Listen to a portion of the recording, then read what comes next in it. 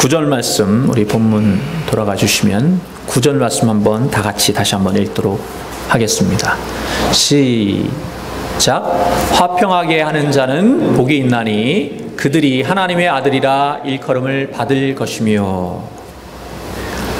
팔복 벌써 7번째 시간인데 화평하게 하는 자, 화평, 여기서 샬롬 보통 이렇게 얘기를 합니다. 너무나도 중요한 것이고 하나님 나라의 가장 큰 특징 중에 하나입니다. 샬롬이라는 것은 뭐 쉽게 얘기하면 전쟁이 없고 또 다툼이 없고, 이사야 11장에 나오는 것처럼 이리와 어린 양이 함께 뒹굴고 독사굴에 어린이가 손을 넣어도 물지 않는 진정한 평안이 있는, 하나님이 주인 되시는 그러한 나라와 그런 상태를 우리가 보통 샬롬 그렇게 얘기하는데, 화평, 오늘 본문 속에서 화평하게 하는 자 할 때 화평의 이 원어는 샬롬입니다. 그래서 이스라엘 사람들이 인사를 할 때 어떻게 인사를 한다고 하죠? 모르세요? 이스라엘 사람들이 인사할 때 샬롬 그렇게 인사합니다. 샬롬 그렇게 인사합니다. 그만큼 한마디로 말하면 이스라엘 사람들 가운데 이 샬롬이 잘 없었다는 얘기도 됩니다. 그래서 간절히 샬롬을 기원하는 마음으로 샬롬 그렇게 인사를 하는데, 저희는 옛날에 어떻게 인사를 했습니까? 어떻게 인사했어요 옛날에? 밥 먹었냐고. 어른들한테는 진지 드셨습니까? 이렇게 인사를 했죠. 이렇게 대답을 해주셔야 이게 진행이 잘 됩니다. 진지 드셨어요? 그렇게 얘기를 해. 그게 인사였어요 아침에, 그렇죠? 아침 진지 드셨어요? 인사했어요. 왜 그래요? 그렇죠. 식사를 못하는 경우가 많이 있었기 때문에 그것을 물어봐주는 최소한의 그러한 예의로, 그것이 이제 굳어져서 아직도 진지 드셨어요? 그런 인사를 합니다. 그만큼 이스라엘이 샬롬이라는 인사말을 했다는 것은 그만큼 이스라엘 안에 참 평안이 없었고, 또 그래서 그러한 것들을 간절히 바라는 마음이 있었다는 얘기인데, 여러분 오늘날은 어떻습니까? 오늘날은 샬롬이 있습니까? 오늘날도 우리가 주변을 둘러보면 갈등과 분쟁과 전쟁의 연속이다, 그런 마음이 듭니다. 물론 역사적으로도 그래요. 역사적으로도 그래서 시카고 대학의 퀸시 라이트 교수님이라는 분이 전쟁의 연구라는 책을 쓰셨는데, 이 책이 뭐냐면 1480년부터 1941년, 그때 이제 2차 대전이 막 계속 아직까지 진행 중일 때 쓴 책인데, 인류학자십니다. 그래서 인류학적으로 여러 그 자료들을 조사해서 책을 썼는데, 약 한 460년 동안 600여 차례의 전쟁이 있었다는 거죠. 유럽에 460년 동안 한 600여 차례의 전쟁이 있었고, 전쟁이 없는 기간 다 며칠씩 있는 거 이렇게 다 합쳐서 모아도 3년이 채 안 된다는 것입니다. 요즘에도 어떻습니까? 세계국에서 아직도 여전히 지금 우리는 그래도 비교적 그러한 면에서는 평안을 누리고 있는 것 같지만, 세계국에서는 전쟁이 있고요. 또 직접 전쟁은 없을지 몰라도 여러분 마음 가운데도 수많은 전쟁이 있죠. 평안이 참 평안이었습니다. 수많은 문제로 우리가 고민하고 있고 갈등하고 있고, 또 관계 속에서는 어때요? 한국 요즘 정치판, 특별히 세월호 이후에 아주 난립니다. 그렇죠? 여러 가지 갈등과 분쟁이 끊이지를 않습니다. 그러면 교회는 어떻습니까? 교회도 분쟁이 많아요. 교회도 이렇게 솔직하게 우리 돌아볼 줄 알아야 돼요. 교회도 어쩌면 더 많은 것 같아요. 한편으로는 특별히 한인교회를 바라볼 때, 솔직한 심정으로 바라볼 때 정말 하나님의 나라를 꿈꿔야 되고 일궈가야 되는 우리 믿음의 사람들 가운데도 이 분쟁이 끊이질 않고 수많은 갈등들이 그대로 노출되어 있습니다. 자, 그러한 가운데 우리는 주님의 말씀에 귀를 기울여야죠. 주님께서 말씀하셨습니다. 화평하게 하는 자는 복이 있다. 그러면 과연 이제 어떻게 하면 그러한 화평하게 하는 자, 갈등과 분쟁을 줄이고 샬롬을 이룰 수 있는 자가 될 수 있을지 오늘 함께 살펴보려고 합니다. 근데 첫째 먼저 지적할 것은, 갈등 자체가 늘 부정적으로만 볼 필요는 없다는 거예요. 갈등 자체를 늘 부정적으로만 볼 필요는 없다는 것입니다. 성경에 보니까 예수님도 화를 내신 적이 있고, 또 예수님께서는 심지어 내가 검을 주러 왔노라. 부모와 자식 간에 또는 형제 간에 서로 또 불화하게 하기 위해서 오셨다. 심지어 그런 말씀도 하셨어요. 내용을 우리가 잘 앞뒤를 살펴보아야 하지만, 그리고 역사는 투쟁의 연속이다. 누가 한 말입니까? 역사는 투쟁의 연속이다. 막스가 한 얘기입니다. 막스가. 네. 그런데 뭐 공산주의 뭐 이렇게 얘기해서 우리가 막스 이렇게 하지만 굉장한 학자죠. 대학자입니다. 이 말은 틀림없이 맞는 말이에요. 역사를 돌이켜보면 늘 투쟁의 연속이었는데 한편으로는 그랬기 때문에 발전한 측면이 있다는 것이죠. 아무런 문제가 없으면 사실 발전있기가 힘듭니다. 뭔가 우리가 말하는 뭐 정반합이라 그러죠. 어떤 것이 있을 때 그것이 반대되는 부분이 생겨서 그 둘이 서로 갈등도 일으키지만 그 가운데 서로 영향을 주고받으면서 새로운 합을 만들어낸다. 그것이 역사다 이렇게 얘기를 하고 있습니다. 그래서 어느 정도의 갈등은 실제로 불가피하죠. 어느 정도의 갈등은 늘 있습니다. 사람이 있는 곳에 갈등이 있습니다. 그래서 태초에 갈등이 있었다. 네. 늘 갈등이 있습니다. 그럼 중요한 것은 무엇이냐? 그 갈등을 어떻게 대처하느냐입니다. 그리고 경우에 따라서는 그 갈등을 잘 대처하면 우리가 흔히 말하듯이 위기는 뭐가 됩니까? 기회가 되는 것입니다. 갈등은 오히려 잘 해결하면 비 온 뒤에 땅이 굳는다고 더 관계가 좋아지는 경우를 실제로 경험하게 됩니다. 여러분, 제가 몇 주 동안에 제 부족함을 많이 여러분한테 고백했습니다. 우리 제일장로교회와 좀 갈등이 있다 여러 가지로 말씀을 드렸어요. 근데 그 말씀을 드리면서 저는 이런 마음들, 또 우리 장로님들에게 그런 말씀을 드렸습니다. 서로 입장 차이가 있기 때문에 어느 정도의 갈등은 늘 있을 수 있지만, 저가 바라는 것은 우리가 다 주더라도 이 기회에 정말 하나님의 은혜와 사랑을 그들에게도 보여줄 수 있는 기회가 됐으면 좋겠다. 먼저 우리 스스로 우리는 하나님의 사람이다. 우리의 욕심과 우리의 고집으로 우리를 내세우는 것이 아니고 정말 하나님의 나라를 위해서 모든 것을 포기하고 양보할 수 있는 그러한 사람들이라는 것을 우리 스스로 이렇게 세워져 갈 수 있으면 좋겠습니다. 그런 의미에서 갈등은 무조건 피한다고 되는 것이 아니고 잘 대처해야만 하는데, 한편으로는 보면요, 피해야 되는 갈등이 참 굉장히 많죠. 아주 사소한 것 가지고 그런 큰 문제가 되는 경우가 많이 있습니다. 제가 한번 말씀드린 적이 있는데, 피아노를 새로 이제 어느 교회가 구입을 했는데 그것을 이 강대상 위로 올리느냐 아니면 밑에 두느냐 가지고 그 교회가 나눠졌다는 얘기 한번 드렸습니다. 그래서 어떤 장로님들은 야, 거룩한 강단 위에 어떻게 피아노를 올리냐, 뭐 요즘에는 뭐 굳이 그런 얘기가 별로 없지만 예전엔 그랬잖아요. 신발 벗고 올라가고 그랬습니다. 그래서 그러한 상황 속에서 나쁜 얘기 아니잖아요. 하나님의 거룩한 단 위에 세속적인 무슨 피아노를 올려놓을 수 있느냐, 그렇게 주장을 한 거죠. 다른 한편은 올려놓아야 좀 더 예배하는데, 저희들도 올려놨죠. 그래야 서로 찬양단이 함께 보면서 더 하나님께 은혜롭게 찬양 드릴 거 아니냐. 누가 맞아요? 누가 맞아요? 두 번째. 두 번째. 어떤 분은 첫 번째. 의견이 다 다를 수 있는데 그렇게 중요한 게 아닌데 서로 우기다가 어떻게 해요? 교회가 두터만 났다는 거예요. 그래서 교회가 두 개가 됐다는 겁니다. 두 개가 됐는데 세월이 많이 흘러서 한 10여 년 흘러서 싸웠던 그 장로님 두 분이 우연히 슈퍼마켓에서 만났다는 거잖아요. 그죠? 그래서 뭐라고 얘기했대요? 야, 그때 우리 참 그거 가지고 싸웠는데 그때 내가 그 위에다가 피아노를 두자고 얘기했던가 아니면 자네가 피아노를 위에다 두자고 얘기했던가. 그렇게 물었다는 거 아니에요. 무슨 얘기입니까? 뭐 맞고 틀리냐가 문제가 아니고 그렇게 중요한 문제가 아닌데도 우리가 그러한 문제로 갈등할 수 있습니다. 그런 갈등은 피해야 될 텐데 우리만 그런 줄 알았더니 미국에서도 그런 예가 있어요. 제가 찾아보니까. 그래서 Right Foot Church라는 교회가 있어요. 테네시에 가면 그런 교회가 있다는데, Right Foot Church, 무슨 얘기가 있어요? 오른발 교회. 이게 왜 오른발 교회냐면 형제교단이라는 교단이 있습니다. 좀 작은 근소교단. 형제교단이라는 교단이 있는데 그 교단 소속의 교회였는데, 이 교단에서는 성찬식 대신에 세족식을 하는 거예요. 성찬식 대신에 세족식을 합니다.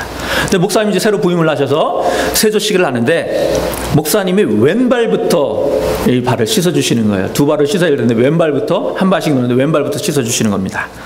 아마 편의 때문에 그랬겠죠. 네, 편의 때문에 그랬을 텐데, 자, 왼발부터 씻는데 그 교회 수석 안수 집사님이 이제 그 예배가 다 끝나고 목사님을 찾아와서 그러더라는 겁니다.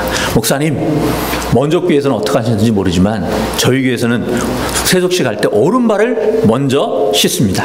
그리고 그게 옳습니다. 이렇게 얘기를 했다는 거예요. 목사님이 그때는 그렇게 넘어갔는데, 집사님이 가시고 나서 가만히 생각해 보니까 이게 무슨 성경적인 것도 아니고 뭐 별로 중요한 것도 아닌 걸 가지고 목사님을 무시하고 뭐 그딴 것도 모르느냐는 분위기로 그렇게 얘기를 하는 게 괘씸하다라는 거죠. 그래서 다음에 또 세juk 할 때는 일부러 왼발부터 씻었다는 겁니다. 그랬더니 그게 문제가 돼서 그 집사님이 들고 일어나서 데리고 나가서 교인들을 데리고 나가서 세운 교회가 Right Foot Church랍니다. 테넷이 실제로 있다는데 제가 다음에 직접 갔다 와서 보고 사실 여부는 알려드리도록 하겠습니다. 우리가 이렇게 웃지만 여러분 한번 돌아보세요. 여러분, 수많은 갈등들이 실제로 큰 문제에서 비롯되는 게 아니에요. 아주 작은 문제, 아무것도 아닌 문제 때문에 그것이 평화를 깨고 또 큰 문제를 불러일으키는 경우가 많이 있습니다. 오늘 본문 속에서 주님께서 이렇게 말씀하셨어요. 화평한 자가 복이 있나니. 그렇게 말씀하시지 않고 뭐라 그러셨어요? 화평하게 하는 자가 복이 있나니. 영어 표현으로는 좀 더 확실하게 이해할 수 있어요. 영어로는 뭐라고 돼 있어요? 화평하게 하는 자? 뭐라고 돼 있어요? Peace maker. 여러분 들어보시죠? 많이 들어보시죠? Peace maker. 평화를 어떻게 하는 사람이요? 그대로 번역하면 평화를 만드는 사람, 그런 뜻입니다. 그래서 peace가 헬라어로는 에이레네예요. 그래서 에이레네, 그 다음에 메이커는 포이오스인데, 여러분 포이에바란 말 들어보셨어요? 네, 제가 종종 그런 표현을 좀 써야 되는데, 포이에바는 뭐냐면 하나님의 우리의 걸작품이라 그러잖아요. 하나님의 masterpiece, 하나님의 걸작품 할 때 그 표현이 포이에바라 그래서 요 걸작품, 메이커라는 뜻입니다. 그러니까 무슨 얘기냐면 이 peacemaker 할 때 화평하게 하는 자로 번역되어 있는 이 말 속에는 뭐냐면 이 평화라는 건, 화평이라는 건 저절로 주어지는 게 아니다. 그냥 주어지는 게 아니고 어떻게 해요? 노력의 산물이라는 것이고 정말로 작품을 만드실 듯이 그렇게 우리가 만들어야만 만들 수 있는 그런 것이라는 뜻입니다. 고린도후서 5장 18절, 고린도후서 5장 18절, 안 찾겠으면 제가 읽겠습니다. 모든 것이 하나님께로서 났으며 그가 그리스도로 말미암아 우리를 자기와 화목하게 하시고, 그 다음이 중요합니다. 또 우리에게 화목하게 하는 직분을 주셨으니, 이렇게 되어 있어요. 그러니까 모든 믿는 사람, 하나님과 화목하게 된 사람에게 직분을 주셨는데 그 직분이 뭐라고요? 화목하게 하는 직분, Ministry of Reconciliation. 그래서 모든 믿는 사람은 여러분 어떤 직분이 있다는 거예요? 화목하게 하는 직분이 있다는 것입니다. 그래서 믿는 사람은 어디를 가든지 여러분 때문에 뭐가 돼야 돼요? 화목이 만들어져야 돼요. 화목이 세워져야 돼요. 근데 여러분 어때요? 여러분이 가는 곳이 저도 반성하게 됩니다. 집안이 조용하고 고요하고 평화롭다가 남편만 들어오면 깨져버리는 집 참 많죠. 우리 집 같다, 강정우 목사 집 같다, 뭐 그렇게 또 생각하실 분. 주님께서 말씀하셨습니다. 화목하게 하는 자 복이 있다. 그리고 그들이 하나님의 아들이나 일컬음을 받을 것이다. 말을 바꾸면 하나님의 자녀냐 아니냐를 물을 수 있는 제일 중요한 기준 중에 하나가 뭐라고요? 우리가 화목하게 하느냐, 우리가 하는 곳에 화평이 세워지느냐입니다. 그런 의미에서 여러분 좀 심각하게 고민해야 돼요. 우리가 과연 화목하게 하는 자, 피스메이커냐, 아니면 트러블메이커냐. 트러블메이커냐 틀림없습니다. 그건 사단의 자식이에요. 성경에 보면 사단은 분열의 영입니다.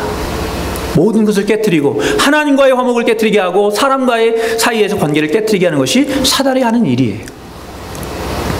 그런 의미에서 우리가 정말 하나님께서 원하시는 화평하게 하는 자를 되기 위해서 과연 우리가 어떤 것들을 해야 될지 좀 더 구체적인 말씀을 나누도록 하겠습니다. 여러분, 화평을 이루기 위해서, 화평을 만들기 위해서는 먼저 조심을 해야 될 게 몇 가지가 있어요.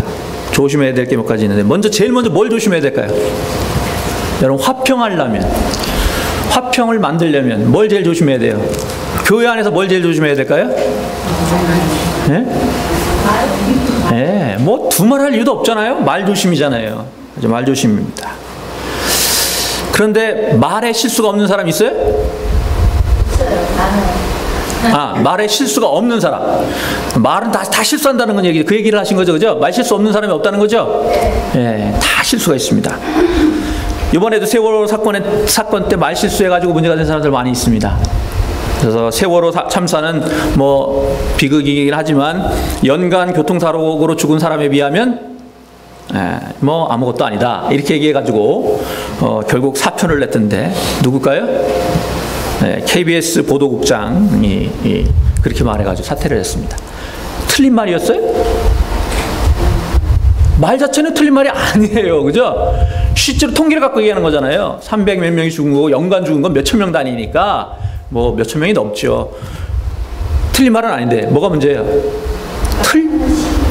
틀렸냐 맞았느냐만 중요한 게 아니고 맞는 말도 해야 될 때가 있고 해서는 안 될 때가 있는 것이죠.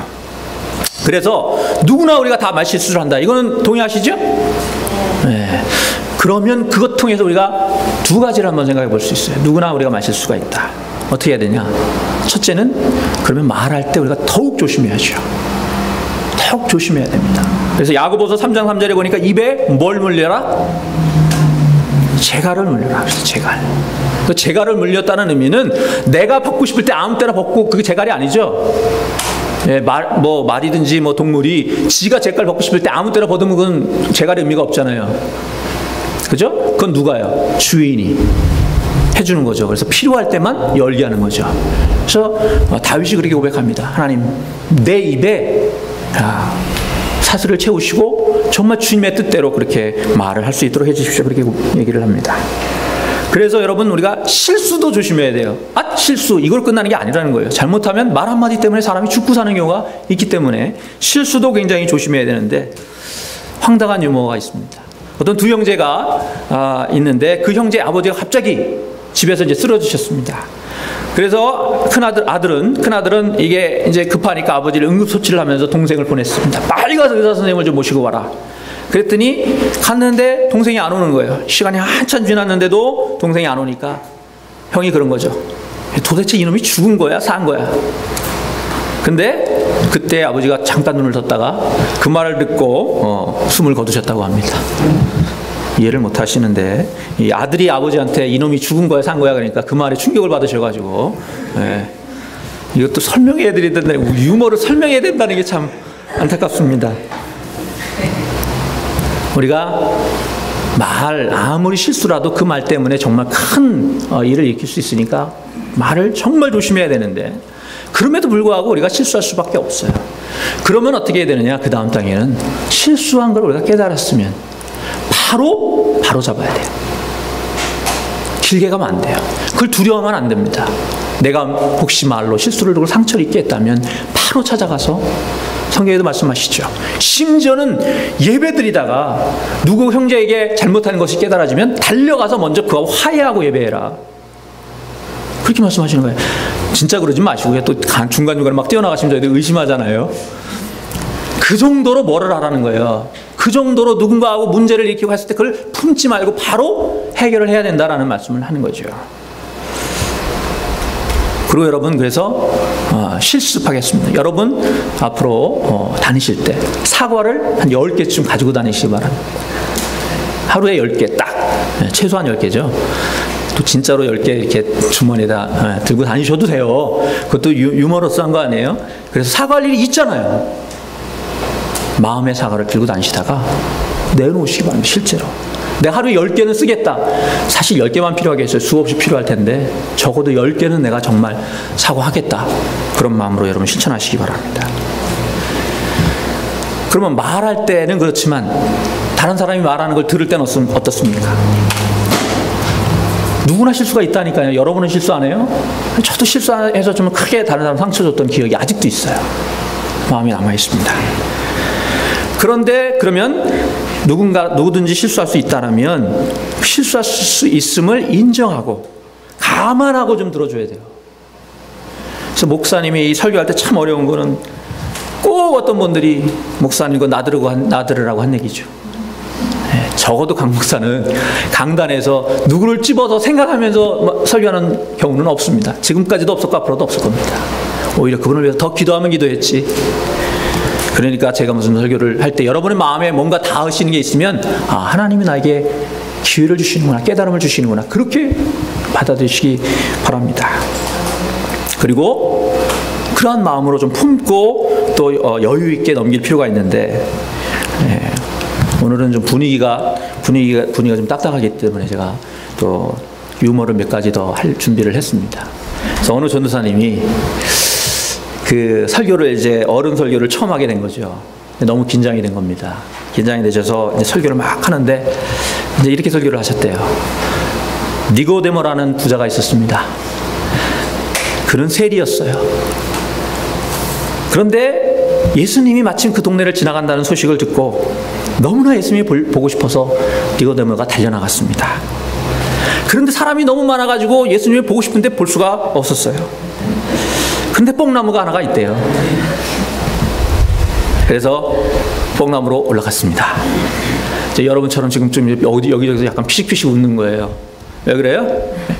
모르시는 분은 모르시지만 웅성웅성 되니까 잘 안 들려서 그런 줄 알고 전사님이 더 큰 목소리로, 그래서 니고데모가 뽕나무로 빨리 올라갔습니다. 이제 막 진짜 그때는 다 웃는 거죠. 아직도 깨닫지 못하시는, 아직도 웃지 못하시는 분들을 위하여. 그러니까 이제 교인들이 다 알아차린 거죠, 거기서는. 그래서 웃음을 터뜨렸습니다. 상황을 알아챈 전도사님이 얼른 말을 바꿔가지고 그때 마침 zac개오가 나타났습니다. 그리고 뽕나무 위에 앉아있는 니고데모를 보고 말했습니다. 야, 거긴 내 자리인데 왜 거기 올라가 있냐? 빨리 내려와라. 심지어는 강대산에서 실수할 수 있잖아요. 말실수. 마음은 아니지만 실수할 수 있습니다. 여러분 좀 너그럽게 이해해 주시고 그 말씀 가운데 하나님의 음성만 들으시길 바랍니다. 그런데 이렇게 우리가 말을 실수도 하지만 또 한 가지 심각한 말을 조심해야 될 때가 있는데 언제냐? 언제 그렇습니까? 말 실수도 조심해야 되지만 언제? 실수가 아닌데 나도 모르게 그냥 말이 쏟아 나갈 때가 있죠. 화가 났을 때. 그래서 그 기사에서 제가 본 적이 있는데 나가 뒤져라라는 얘기를 했더니 5살짜리 애가 직접 아파트에서 뛰어내려서 죽었다는 얘기 신문에 기사에서 본 적이 있습니다. 엄마가 애한테 이제 이렇게 말을 하다가 나가 뒤져라 그랬더니 아파트는 높았나 봐요. 뛰어내려서 진짜로 죽었다는 기사를 읽은 적이 있습니다. 화가 나서 한 말이잖아요. 내가 그걸 받아들이지 못하고 그랬던 적이 있는 것 같습니다. 여러분 화 안 내시죠? 여러분은 전혀. 훌륭하신 분들이 화를 내시겠어요? 부족한 저만 좀 화를 좀 잘 내는 편입니다. 그래서 우리 화를 완전히 피할 수는 없잖아요. 화가 나잖아요. 날 때가 있잖아요. 그럼 중요한 것은 그때 어떻게 잘 대처하느냐입니다. 그래서 늘 부부싸움을 아주 정말 심각하게 하는 그 부부가 한 의사에게 가서 도움을 청했다는 거죠. 어떤 의사가 처방약을 지어주면서 물약을 주면서 정말 화가 날 때 두 분 다 이 물약 세 숟가락씩 떠서 입에다 담으시고 중요한 게 있는데 이게 바로 삼키면 안 된다. 1분 동안은 꼭 입에 머금고 있다가 그 다음에 삼켜야 된다. 그렇게 하고 나서 계속 싸우시든지 마시든지 하셔라. 어떻게 됐을까요? 뭐 물약을 입에 가득 직접 그런 처방합니까? 아니 근데 실제로 그 효과가 있을 것 같다고요. 여러분 1분만 정말 입에 머금고 말을 팍 이게 나오는 거를 못하고 있으면 1분 뒤에는 우리 마음이 확 달라질 수 있어요. 진짜 그런 마음으로 보니까 여기도 급하신 분들 많이 있네요. 저처럼. 물약 준비하시기 바랍니다. 그래서 정말 그럴 때 물약 머금고, 마음의 물약이라도 머금고 한 1분 아니면 한 3분 하나님 앞에 눈 감고 기도하셔서 우리의 마음을 먼저 다스려 주시도록 그렇게 해야 될 줄로 믿습니다. 근데 문제는 화를 날 때 또 옆에서 돋구는 사람,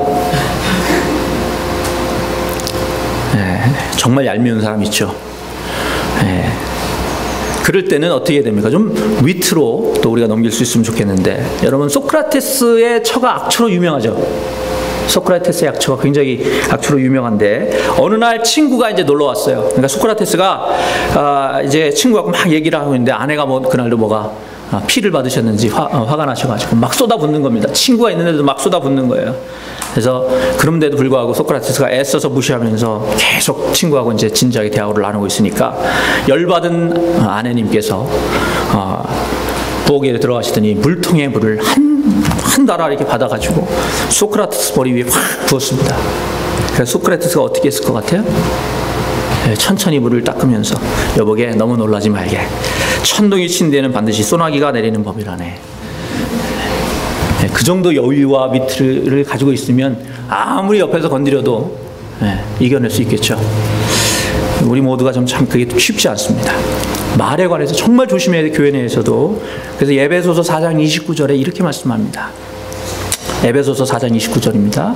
무릇 더러운 말은 너희 입 밖에도 내지 말고 오직 덕을 세우는 데 소용되는 대로 선한 말을 하여 듣는 자들에게 은혜를 끼치게 하라. 굉장히 중요한 말씀, 우리 모두의 가슴에 새겼으면 좋겠는데, 옳은 말, 옳지 않은 말을 얘기하지 않고요, 선한 말과 더러운 말로 구분하고 있어요. 그리고 그 기준은 뭐냐면 다른 사람에게 덕을 세울 수 있느냐, 그리고 듣는 자들에게 은혜를 끼치게 하는 말이냐. 그런 말이 무슨 말이에요? 선한 말이에요.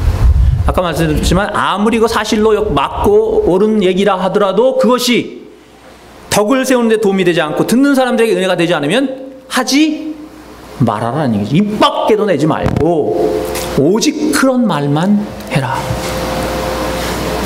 여러분, 주님께서 우리 입술에 재갈을 물려주셔서 정말 그럴 수 있기를 소원합니다. 우리 모두가 서로에게 정말 덕을 끼치고 또 하나님께 영광 돌려드리고 은혜를 끼치는 그런 말만, 그런 선한 말만 할 수 있기를 주님의 이름으로 축원합니다. 두 번째는 이제 우리의 입술을 주의를 딱 해야죠. 평화를 이루려면, 평화를 만들려면 여러분 입술 주의를 해야 돼요. 입단속 잘 하시기 바랍니다. 문단속은 그렇게 잘하는데 집에 입단속 진짜 중요한 것이죠. 두 번째는 마음을 우리가 들여다봐야 돼요. 마음을. 지난주에 마음이 청결한 자는 복이 있나니 그랬는데, 그러면서 뭘 해야 된다고요? 그러려면 마음을 들여다봐야죠.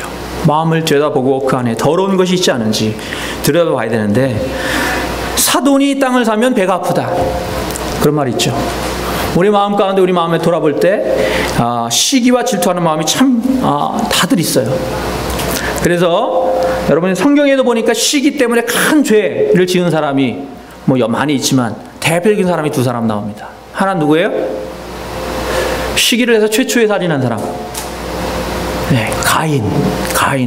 가인과 아벨. 여러분, 아벨도 제사를 드렸고 가인도 제사를 드렸는데 동생의 제사는 받으시고 자기 제사는 받지 않으셨어요. 그러면 회개해야 될 텐데 그것이 시기심에 마음속에 있는 것을 참지 못해서 어떻게 했어요? 최초의 살인자, 동생을 때려 죽였습니다. 또 시기로 또 굉장히 문제가 된 사람이 누가 있어요? 사울왕이 있죠. 사울왕, 왕이었지만 그가 왕이 된 이후에는 다윗은 천천히요, 블레셋과의 전쟁에서 사울은 천천히요, 다윗은 만만이다, 그 한마디의 말 때문에 확 돌아가지고 그 다음부터는 오직 다윗을 쫓는, 다윗만을 죽이기 위해서 애쓰는 그런 왕이 되었습니다.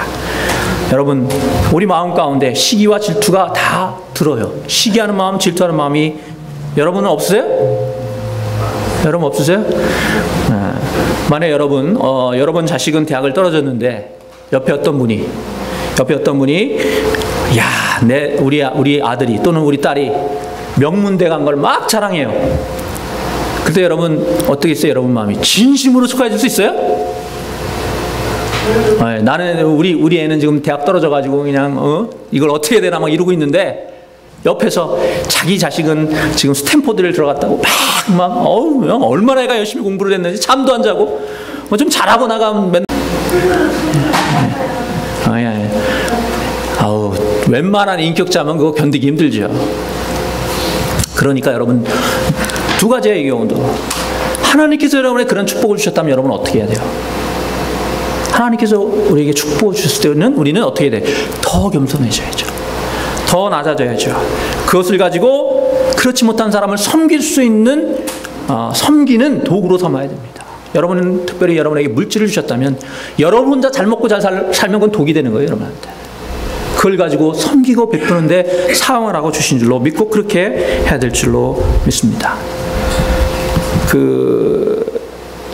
어제 이제 저희 토요일 아침 기도회 때 우리 하워드 전사님께서 말씀을 전하셨는데 그때 딱 말씀하신 게 굉장히 딱 와닿았던 것 중에 하나가 뭐냐면 일반 킹덤, 일반 왕국은 보통 삼각형이라는 거죠.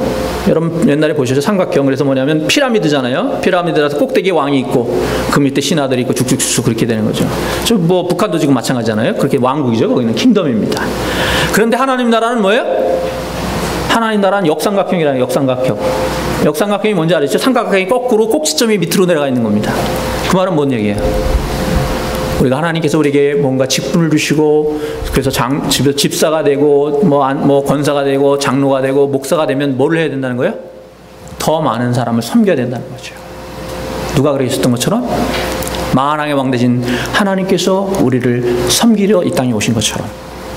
그래서 우리가 그런 마음의 자세를 가지고 다른 사람을 하나님께 우리에게 축복을 주셨을 때 그렇게 해야 돼요. 그 다음에 이제 굉장히 중요한 가운데 하나가 그렇게 누군가가 자신을 자랑하고 또 그리고 얘기할 때 여러분 어떻게 해야 돼요? 우리는 그런데 시기심 마음에 드는 그건 그것까지는 어쩔 수 없어요. 그죠? 그런데 시기심 전혀 안 들면 그건 문제 있는 거죠. 예? 자식을 사랑하지 않는 거든가 어디 주워온 자식이든가 그런 거예요. 그런 경우에는 이 시기심이 들고 뭔가 마음이 언짢은 마음이 드는 게 정상이에요. 인정해야죠. 예수 믿는 사람은 그런 것도 없나요? 여러분 그런 거 전혀 없으세요? 아니잖아요. 중요한 건 그런 마음이 생기지만 그거를 이기고 다스릴 줄 알아야죠. 성경에 보니까 세례요한의 제자들이 세례요한에게 찾아왔습니다. 그래서 이렇게 말을 합니다. 선생님이 세례 준 그 사람 있잖아요. 그 사람이 저기서 세례를 주기 시작했는데 사람들이 다 끌려가요. 그런데 선생님이 원조잖아요. 예? 선생님이 그분도 세례 베풀었잖아요. 그렇죠? 그랬더니 세례요한이 뭐라 그럽니까? 세례요한이 하늘에서 베푼 게 아니면 사람은 아무것도 받을 수 없단다. 그가 그리스도라고 증언해야 할 사람은 바로 너희들이고 나는 그를 높이는 그 기쁨에 나는 가득하다. 그는 흥하여 하고 나는 쇠하여 하리라. 성경에 보니까 예수님께서 그 세례요한을 향해서 뭐라 그러셨어요? 여자가 낳은 자 중에 가장 큰 자다. 여러분 큰 자 되시기 바랍니다. 큰 자가 되기 위해서는 그 마음을 다스릴 줄 알아야 돼요. 우리 마음에 시기와 질투가 들어도 그거를 다스릴 줄 아는 사람이 하늘나라에서 큰 자예요. 오직 하나님의 영광을 위해서 다른 사람을 기꺼이 높여주고 그들의 기쁨을 나의 기쁨처럼 받아줄 수 있는 때까지 가야죠. 믿는 사람은. 그럴 때 설령 그런 사람들이 좀 있어도 그 안에 평안이 이루어지는 줄로 믿습니다. 세 번째로는 이제 용서가 있어야 돼. 교회 안에는 용서가 있어야 됩니다. 실수 없는 사람 없죠. 말에는 실수 있지만 우리의 삶 가운데 실수하고 다 죄 짓습니다. 아무리 실수 안 하려고 노력하고 죄 안 지으려고 노력해도 실수하고 죄 지을 수 있습니다. 그렇기 때문에 우리가 다른 사람을 바라볼 때 긍휼의 마음으로 바라보는 것이 중요합니다. 예수님이 그런 마음으로 바라보셨어요. 베드로가 주님을 절대 하지 않는다고 해놓고 몇 번 부인했습니까? 3번을 부인했다는 건 철저히 부인했다는 얘기예요. 그럼에도 불구하고 부활하신 후에 그 베드로를 찾아가셔서 주님께서 뭐라고 그러셨습니까? 너 나 부인했지? 한 번도 그런 말씀하지 않으시고 뭐라고 하셨습니까? 너 나 사랑하니? 그의 사랑을 확인하신 후에 그에게 내 양을 먹이라라는 사명을 허락해 주셨습니다. 그런데 여러분 기억하세요? 베드로가 주님께 뭐라고 물었냐면 주님과 함께 있을 때 주님, 죄 지은 사람에게 몇 번쯤 용서해 주면 될까요? 한 7번쯤 용서해 주면 될까요? 이렇게 물었어요. 당시에는 3번까지만 해도 그건 대단한 걸로 여겼던 때입니다. 주님께서 뭐라고 하셨습니까? 70번씩 7번이라도 용서해야 된다. 그렇게 얘기를 하셨고, 그 용서를 누가 받았습니까? 베드로 자신이 받았습니다. 그래서 베드로전서 4장 8절에서 이렇게 고백합니다. 무엇보다도 뜨겁게 서로 사랑할지니 사랑은 허다한 죄를 덮느니라. 여러분, 진심으로 이웃 우리에게 잘못한 사람에 대해서 여러분들이 그들을 사랑한다면 그들의 허물을 덮어줄 수 있을 줄 믿습니다. 우리가 다 같이 이런 기도를 드릴 수 있으면 좋겠습니다. 하나님, 남의 허물 좀 안 보이게 해주세요. 여러분 어떠세요? 내 허물은 진짜 안 보이는데 남의 허물은 어떻게 이렇게 크게 보이는지, 주님, 남의 허물 앞에 좀 장님 좀 되게 해주세요. 그거 안 보게 해주시고, 그거 가지고 문제 삼지 않게 해주시고, 오히려 그들을 위해서 기도하며 정말 그들을 품고 서로를 용서하고 서로를 안을 수 있는 그런 우리가 되었으면 좋겠습니다. 그때 하나님 나라가 이루어지고 우리는 하나님의 자녀로 세워질 줄로 믿습니다. 오늘 본문 말씀 속에서 평화를 화평하게 하는 자, 피스메이커라고 말씀하셨을 때 한 가지만 말씀드리고 마치겠습니다. 그 말씀 안에는 소극적으로 나는 싸우는 건 싫어, 그리고 싸움을 피해 다니는 사람이 되라는 게 아니에요. 흔히 그런 사람들이 있습니다. 교회가 시끄러워. 왜 이렇게 시끄러워? 그리고 교회를 떠나는 분들이 있어요. 뭐예요? 네. 평화를 사랑하는 것이 목표가 아니고, 우리는요, 평화 다 사랑해요. 다 평화하고 싶어요. 그렇지 못한 곳에 가서 뭐가 돼야 되는 거예요? 평화가 없는 곳에 가서 평화를 만들어내는 사람이 되어야 될 줄로 믿습니다. 평화의 도구가 되어야 될 줄로 믿습니다. 제가 제일 좋아하는 팝송 중에 사이먼 앤 가펑클의 Bridge Over Troubled Water라는 노래가 있습니다. 제가 불러드리면 좋겠지만 발음도 안 좋고 목소리도 안 좋기 때문에 가사만, When you are weary, 네가 삶에 지쳐서 뭔가 다 달아없어진 것 같을 때, feeling small, 그리고 정말 네가 이 세상에 제일 작은 자처럼 아무것도 별 볼 일 없는 그런 사람처럼 네가 느껴질 때, when tears are in your eyes, 눈물이 네 눈 가득히 고여 있을 때, I will dry them all, 내가 그 모든 것 닦아줄게. I'm on your side, 나는 내 편이야.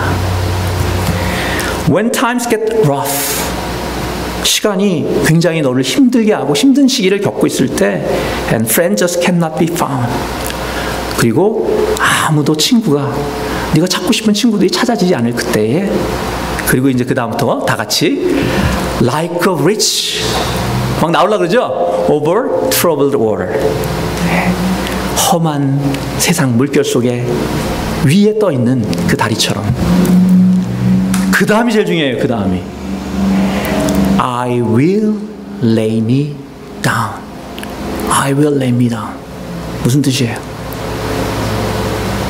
그렇게 네가 그 다리 위를 건널 수 있도록 내가 내 자신을 그 아래 내려놓을게. 나를 깔아놓을게. 나를 밟고 건너가렴. 네, 여러분, 주님이 그렇게 하셨습니다. 우리를 위해서 정말 도저히 하나님 앞에 나갈 수 없는 그 끊어진 다리 위에 주님께서 친히 몸으로 들어 누우셔서 이제 그 주님을 밟고 우리는 하나님께로 나갈 수 있는 줄로 믿습니다. 오늘 이 시간 여러분, 우리가 어떤 죄를 지었든지 무슨 잘못을 했든지 그 하나님 앞에 나아가실 때 주님 들어놓으신 그 십자가를 밟고 그 하나님 품에 안길 수 있기를 바랍니다. 그 품에 안겨서 하나님의 놀라운 은혜와 사랑 안에 잠겨서 이제 그 눈으로 서로를 바라볼 수 있기를 바랍니다. 그 은혜 때문에, 그 사랑 때문에 우리 안에 설령 우리가 좀 품을 수 없을 것 같은 그런 사람이 있다 할지라도 우리가 우리의 마음속에 있는 미움과 시기와 질투와 다툼을 다 그 사랑의 용광로 안에 녹여내고 정말 주님께서 받으시는 온전한 사랑의 공동체, 하나님의 나라를 이 땅에 일궈가는 저와 여러분 되시기를 주님의 이름으로 축원합니다. 기도드리겠습니다.